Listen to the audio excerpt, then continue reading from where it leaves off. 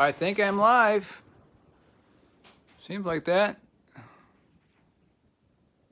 I'm not sure about the chat business yet. Sorry about that. I'm not sure how that works on a phone. I'll have to learn about that. Hope everybody's hearing me okay.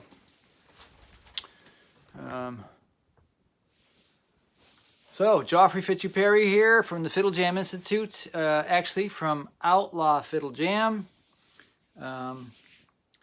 I am the author of Fiddle Jam, a way cool, easy way to learn how to improvise, book out by Hal Leonard Corporation out of the world. Of course, if I was really smart, I'd have a copy to show everybody. If you're watching this, you may know that already. Anyways, and after that book came out, about 8 or 9 years later, I started developing the Fiddle Jam Institute online materials that go beyond the book. And now I'm also a inventor and have invented a new kind of pickup system for the electric violin that I love, that I've shown here too. Here's the example that I have in handy. Pretty cool looking, and pretty cool shape, kind of proud of it. If you're into the Jetsons modern kind of thing, this is 1950s modern, I guess. I love it. I'm featuring that as the flagship model. It has magnetic pickups inside. It sounds really cool. Except there's a problem with that one. It's my number one, and it developed a short in the circuitry, and I had to back off. I'll show you. Right now I have, this was, the production models don't have an open back. I just made an open back, and this one's to be able to get in there and work and change things, and I screw the back on not like a guitar pick guard. The production models do not have an open back. It's a closed system with some cavity covers that are professionally done. But this, this allows me to get in there and tweak things and change things and try them again. Nobody knows, kind of thing. And it has developed a short in the master volume. Something's moving or something, I guess. Maybe the pot is worn out from me taking it in and out so many times. Prototypes, they wear out because you're always constantly moving things around and doing things with the wiring. Anyways, so that's me. And I love teaching. I love playing. Usually, I burnt out for a while, for sure. And somebody goes, "What? How can you burn out playing music?" It can happen. This is not the main subject I want to get on tonight, but yes, I did kind of burn out with music. I've been called a lifer. And it's like music is always what I've done since I was a kid. I started piano lessons at 5 and took the violin about 9.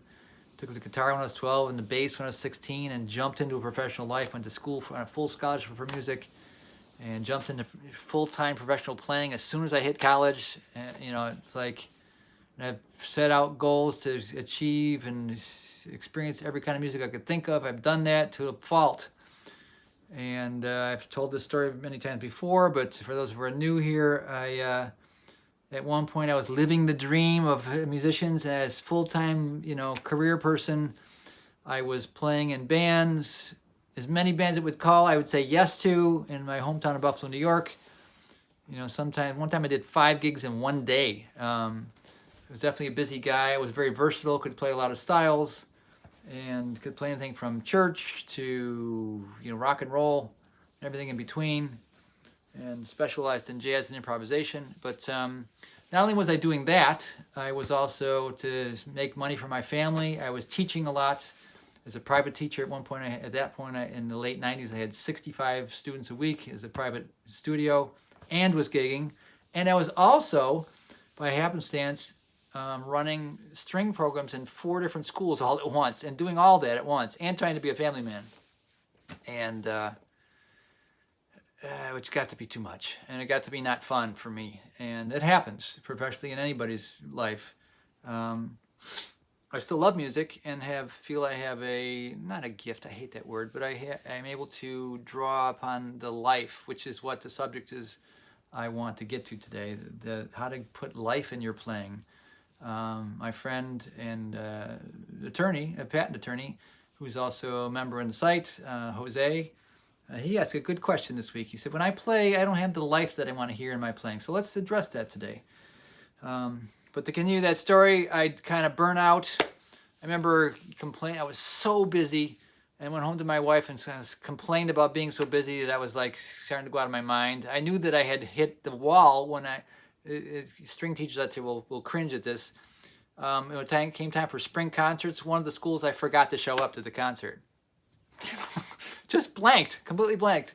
Now, thankfully, it was the one during the day for the kids and a few parents who couldn't make it at night. It wasn't the main one, but it's like, I was like home having some cereal or something. I was like, oh my God, I'm supposed to be at school right now. You know, it's just totally, my brain just blanked. It's like, I think it was like a different day or something. And I knew that I was too busy and too much into one thing, and started at that point backing off and doing other things just to kind of have my own sanity. I tried to only gig for bands that I really felt creative about and felt I had something to really, add to. I loved Zydeco music at that point. I really was gaining some, and I got in a good band that played, and I really loved the gigs with Leron Zydeco and Hot Tamales up in Buffalo. We did about 4 albums together. I played a lot of cool gigs that were fun for me because I was completely creative. So I started backing off and doing gigs that were just for me more, even though I made some money. I didn't completely quit or anything, and gave up some of the school stuff, and took off for a while. And my wife and I got in our motorhome and just took off for a while, and went around the country, did an 8,000-mile trip, just kind of did some different things. I took a job driving school bus during the day, which was a good musician's gig. I would get up in the morning, go and do my routes, take the kids to school, and I'd have 3 or 4 hours to go home and work on my stuff, my website or whatever I was doing, and practice or write some music or something, and go home and be home and do stuff, creative things, and then go back and do the afternoon route on the bus, anything that wasn't music. And I still could do some gigs and teach some. I taught a little less at that point, but I tried to do different things. I worked at an injection molding plastics factory part-time, which I thought was very interesting. It was anything that wasn't music again. And I got that gig because one of my adult students' husband owned the factory. And he said, sure, just come here, work whenever you've got some time off. And so it was a super easy gig. And I got to see, these big injection 1-ton molding machines. And I would take the pail or whatever out. He actually made some musical products too. That company made the handles for EV speakers, electro voice speakers. And I got to say, oh, that's how they do that. Okay, I see. And I'd go over in the mill and see all the fancy, how they'd make the molds with these fancy, metal working machines. I was like, oh, that's kind of cool. What could I make? It definitely spurred on my inventor hat. And now I am the owner of a small CNC tool that makes some of the parts for the violins. So none of it was very far from music, but it gave me a breath of like, okay. And I've never really recovered to being the gigging guy who takes every gig and says yes to everything. And that was 20 years ago when I kind of hit that wall. So I kind of balanced it out and didn't push the touring thing, although I did some traveling with the group Babik. We played some nice festivals.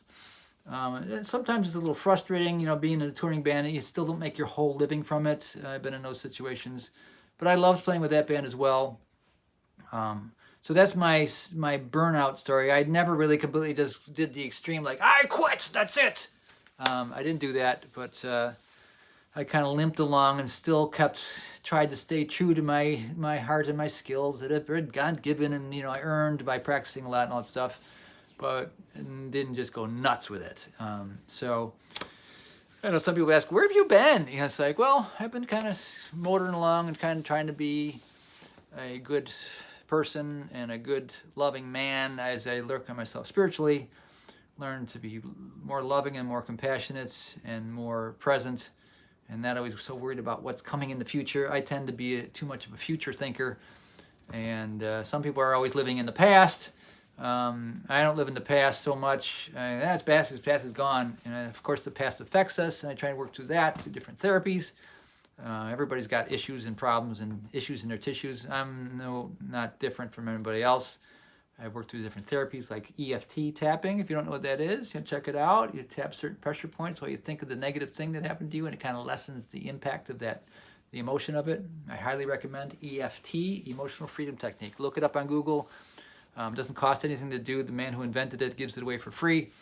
and there's practitioners of it now all over the world. So that's something that helped me. Even though I've gigged so many times, I'm burnt out. I can tap because of that. I deeply, completely accept myself now. You can go through these things and tap certain spots, and there's people who do EFT therapy for business. That they reach the ceiling and they help them tap through their issues. It's kind of hocus pocus, seems like, but even the guy who invented it goes, I don't know how it works, but it does. It helps people work through their phobias and their problems. So I highly recommend therapies and working through your issues too. My goal in life spiritually is just to be a more compassionate, loving person and man and husband and father and grandfather and great-grandfather. So this is part of my life too. So anyway, so how do you bring life and compassion and love into your playing to make it sound not dull and lifeless and sterile? So one is to emotionally love it. Say, I love this. And then hear the sound that you want to love and try and make that sound. Always, just like jamming, the idea of hearing what you want to play in your head and playing that is the #1 key to sounding great, or the tapping into greatness. Just playing what you hear in your head exactly the closest you can to exactly how it sounds. Try and make your hands do that. And learning to honor that. Now, I had the advantage of doing mondo classical things and other instruments as known, and I got my technique kind of out of the way by practicing my butt off as a teen, but and in college and stuff too. But what are the techniques? Well, the techniques are all in the bow. As Daryl Langer would say, this is the business end right here. A machine can do this part for the most part, a robot can do it. But this part's where the life comes from, my friends. And so how do you get this to be flexible and beautiful and have breath in it like it's got its own heartbeat? Well, let's start with putting a heartbeat in it. Let's start with something that old-time fiddlers do have a good handle on. If you're one, this might be easy for you, but bow pushes. So just on an open A, I want you to push on the backbeat during the stroke. So we're going to go 1, 2, 3, 4. 1, 2, 3, 4. Now I'm going to move over so you can see my hand. 1, 2, 3, 4. Now some of that is speed. Start there. Just give it a little, go slower and faster. Slower and faster. Slow. That's one way to do it. Try that with me. D string, 2, 3. So you're increasing your sense of the backbeat. 1, 2, a little faster. 3, 4. 1, 2, 3.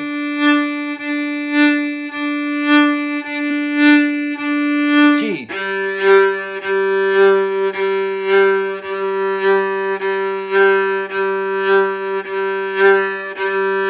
E.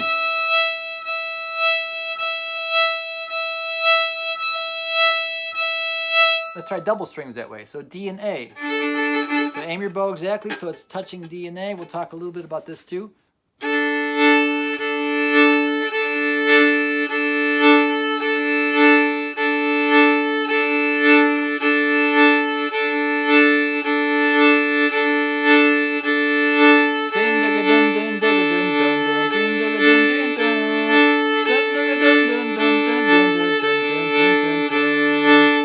Humming along a mindless fiddle tune. So you can hang there. Now if you're watching closely, you will see my bow dip a little bit when I do it as well. It's not just faster, it's different pressure. So how do we practice the pressure control of the fine muscles in the hand? Well, I would say, I'll get closer to the camera, put your bow on the string, anywhere, and lift up all the other fingers. Now, if you have a good bow technique, you're going to have your thumb not jammed in. Don't ever jam it inside and turn it inside out. That's a death grip on the violin, and it'll sound like a death grip. You don't want that. You want to have everything flexible, loose, so you barely hang on to it. You just about drop it. All right? And you can even move to do the spider thing that classical people do. See if you can move up without using the other hand. So you always want the thumb to be curved, so it's flexible. Any tension or if you do this with the pinky, turn the pinky inside out, it's also a death grip on the violin. You could hang on to it really hard. You could pull as hard as you want, and you can't pull it out of your hand because this is, if you do both, oh my goodness, you'll never get it out of your hand. It's like you take the pebble from my hand, grasshopper, like kung fu, You'll never do it if the pinky is jammed in and the thumb is jammed in. Don't do that. So no matter how scary it is to loosen those things, it feels like you're going to drop the bow, you need to just about be ready to drop the bow. All right? Subtle technique. Here's how hard I hang on the bow. That's it. When I play, I tell students this. I jam that thumb in and jam that pinky. I say, take the bow out of my hand. And they pull as hard as they want, and they can't get it out. And I say, now I'm going to bend my thumb and bend the pinky and take the bow out of my hand now. And they pull it right out effortlessly, and I go, that's all the harder I hang onto the bow when I play. So that's one issue. So first you have to have that. Now what I want you to do is back to the putting it on the string. If everything is curved and relaxed, I do Russian grip up to about the second knuckle or close to it. On the index, pinky, index is wrapped around. I don't do the first knuckle. It tends to even do it, doesn't it? I let it slide into the second knuckle. Jascha Heifetz did that. Itzhak Perlman does that. And Joe Venuti does that too. And I do. So I learned it later. So anyways, lift the pinky off. Lift the ring finger off. Lift the middle finger off. So you just got the thumb curved and the first finger somewhat wrapped. Not in front of not on top of each other. There's no control there. But the thumb and the index finger ahead, a good 1.5 inches, probably ahead, depends on how big your hand is. That's all you need really to control the bow. Now these fingers help control, those shock absorption, extra control, but that's it. The main work is between the thumb and the index finger right there. So what I'm doing is stiffening the thumb a little bit so it doesn't move, using that as the fulcrum point of the teeter-totter and pressing the stick down with my first finger. It uses some muscles over in here. So I call them bow presses. Don't move at all. Just press the stick down to the hair. See me doing it? If this is weird for you and you have never done it before, that's good. It means you need to do it. So press that stick right down to the hair. I call them bow presses, like doing push-ups. So do 50 of them. 5, 6, 7, 8, 9, 10, 11, 12. You might feel your hand getting tired. That means that little fine muscles around your index finger, or between your index finger and thumb, are working themselves. I lost count because I'm blabbing, but keep going for a minute. So it's that motion that needs to get into your brain and your muscle memory so you don't have to think about it. Now it's the combination of that and the speed of the bow. So let's do a real slow stroke and add those.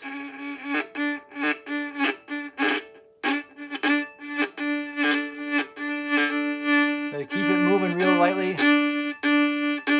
Down bow and up bow. You might croak and crack, When you get the frog, it's really hard to control. That's okay. Go the other direction.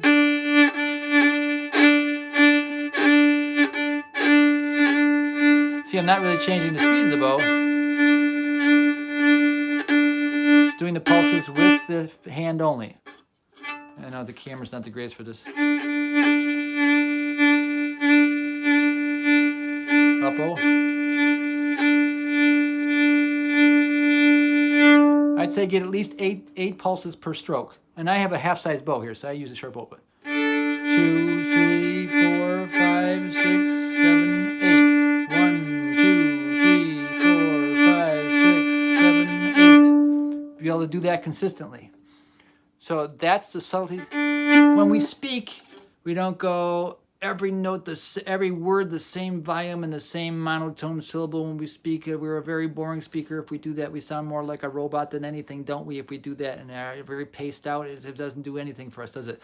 A normal speaker, when you're talking to your friends, will be up and down, and there'll be pauses and things going on, and certain words will be louder and for more accentuation. This is very natural to us. And music making should be no different. It should be just like speaking. And these subtleties is what you got to get out of your hand. And this is two of the big ones. So it could be at the beginning of the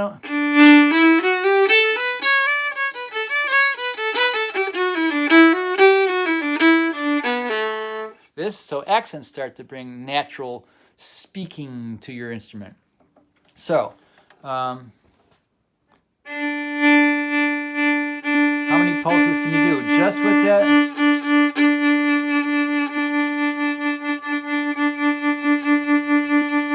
Now, some classical players, I remember in the Bruch, the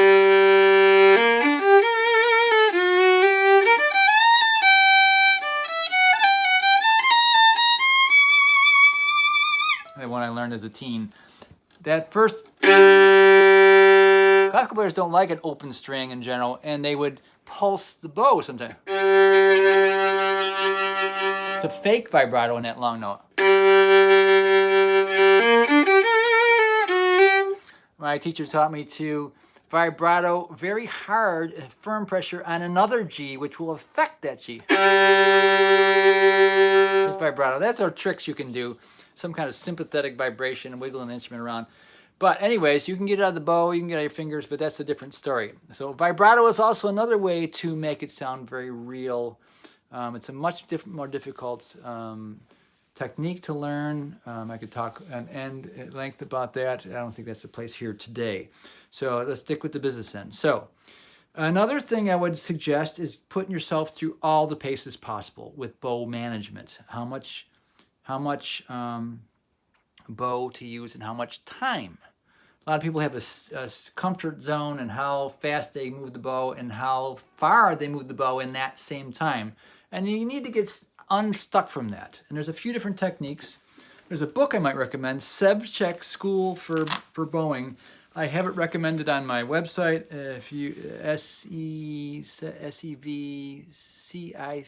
Sebchek, I think it was. Probably in the late 1800s, I think early 1900s, the guy was writing some books. I got that book in high school, and it was a great book for doing all kinds of goofy things, like how long can you make one bow last, how fast can you make the whole bow move and still have it be quiet. You put yourself through all these extremes. So let's try a couple of the things. I got out my trusty old metronome. Everybody hates this, I know. So there's the tempo, 60 beats a minute. I want you to do your whole bow in 60 beats a minute. For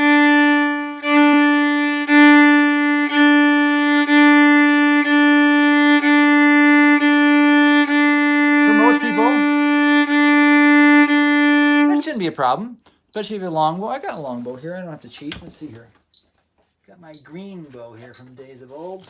It's been a long time since I really used a this green bow used to match my green electric fiddle. See if I get used to this again.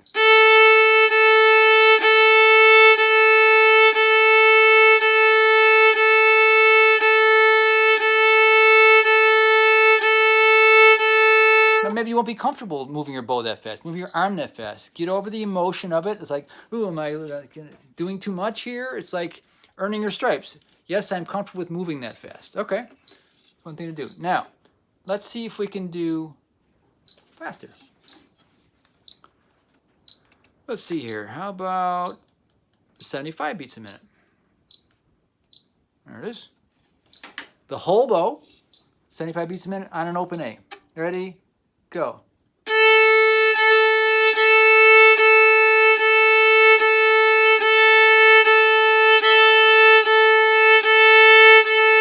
All the way to the tip.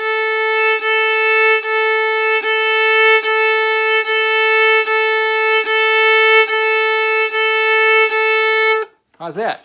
Now some people go, oh, I'm starting to bow crooked. You got to bow straight on a straight plane. Each string has its own plane, P-L-A-N-E.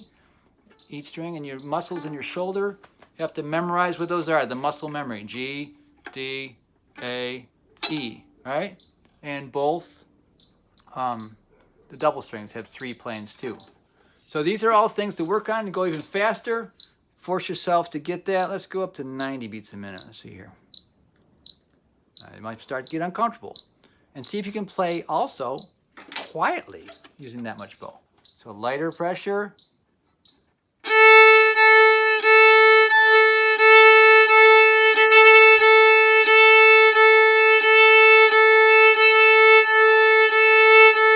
Start pushing yourself, start doing these weird things, start thinking of the extremes and start doing those extremes. See how long of a bow you can last, but it's all in the subtleties of this kind of thing. Get the Subcheck School of Bowing book, and if you don't know what that is and where it is, go on fiddlejaminstitute.com and should be just type in the search bar Subcheck or bowing, and you should be able to find my recommendation for that book. So I hope that helps. We'll do more on this. I think it's an important subject, and I thank Jose for asking me about it. All right, see you next time.